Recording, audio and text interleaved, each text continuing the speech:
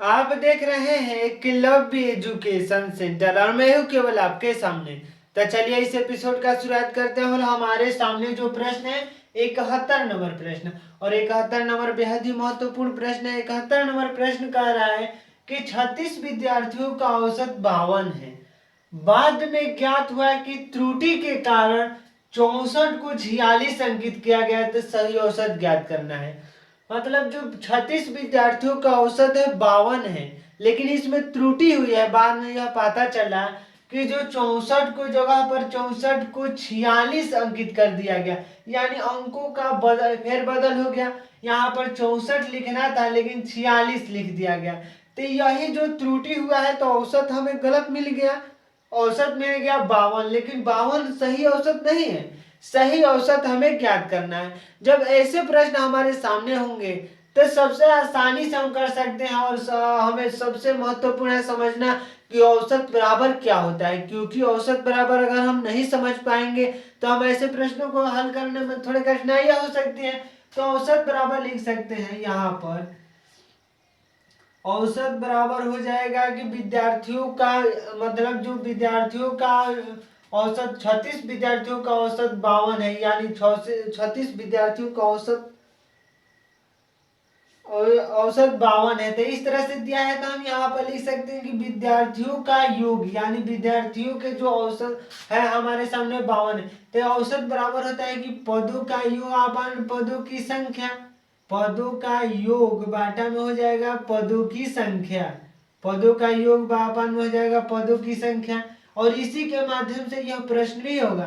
पदों का योग अपन पदों की संख्या, यानी जो हमारे सामने दिया है 36 विद्यार्थियों का औसत अगर 52 है, तो हमें मालूम है कि औसत यानी 36 विद्यार्थियों का जो योग हो जाएगा, 36 विद्यार्थी त्रुटि के कारण अंकित कर दिया गया, यानी 36 विद्यार्थियों का जो अंकों का योग हो जाएगा। तो इस तरह से 36 विद्यार्थियों का अंकों का योग, 36 विद्यार्थियों का अंकों का योग बराबर लिख सकते हैं अंकों का योग। अंकों का 36 विद्यार्थियों का अंकों का योग जो हो जाएगा बराबर में हो जाएगा 52 × 36। 52 × 36 इसलिए होगा क्योंकि यहाँ पर औसत मालूम है 52 और पदों की संख्या यानी विद्यार्थियों की संख्या 36 है, तो 36 को 52 × 36 लिख ही सकते हैं।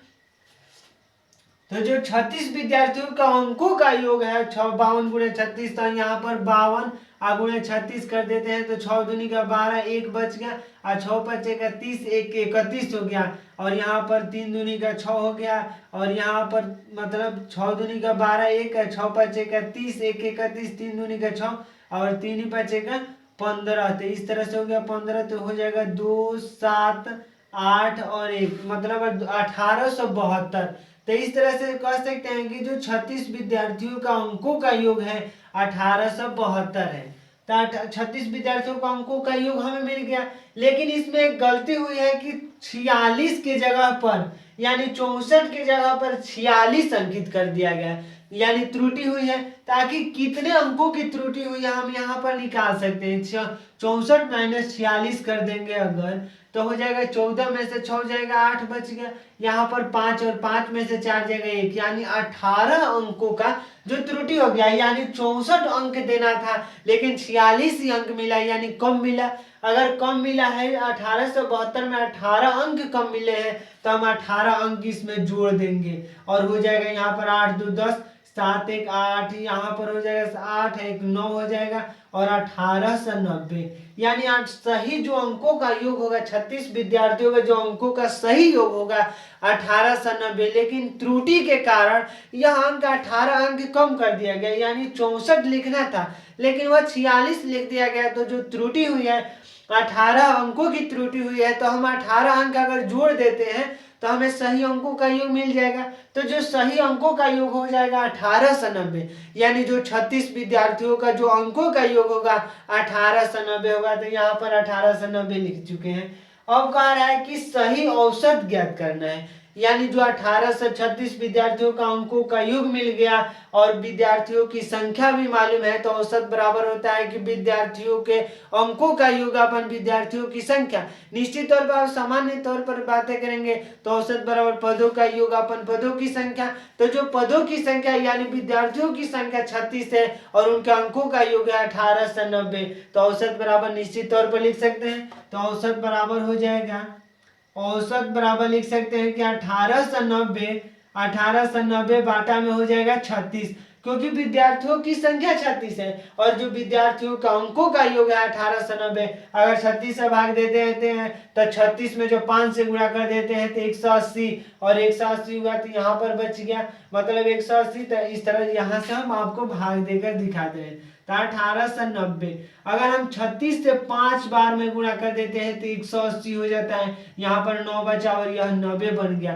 और 36 दूनी का 72 होता है, तो 72 लिख दिए, यहाँ पर 18 बच गया, फिर दशमलव लगा देंगे और एक जीरो बढ़ जाएगा। और फिर हमें मालूम है कि 36 में जो 5 से गुणा कर देते हैं तो 180 बन जाता है, तो 180 और यहाँ पर कट गया। तो इस तरह से जो सही औसत होगा 52.5, लेकिन जो गलत औसत है 52 है, लेकिन 0.5 जो प्रत्यय औसत है वह बढ़ चुका है, यानी जो गलत जो त्रुटि हुई है 18 अंकों की त्रुटि के कारण 0.5 औसत जो अंक है वह बढ़ चुके हैं, तो औसत बराबर निकाल चुके हैं। तो औसत बराबर 52.5। तो आइए मतलब 71 नंबर प्रश्न के एक बार विकल्प को देख लेते हैं कि आखिर विकल्प क्या कह रहा है। 71 नंबर प्रश्न है, तो 71 नंबर प्रश्न के विकल्प नंबर डी में दिया है 52.5 और हमारा भी उत्तर है 52.5। शायद आप देख पा रहे होंगे 52.5 और 71 नंबर प्रश्न है। तो इस तरह से हम 71 नंबर प्रश्नों को हल कर चुके हैं। अगर आप हमारे चैनल के साथ नए जुड़े हैं तो हमारे चैनल को कर दीजिए सब्सक्राइब, ताकि अगर हम कोई भी वीडियो अपलोड करें तो आपके पास सबसे पहले पहुंचे। तो धन्यवाद, थैंक यू।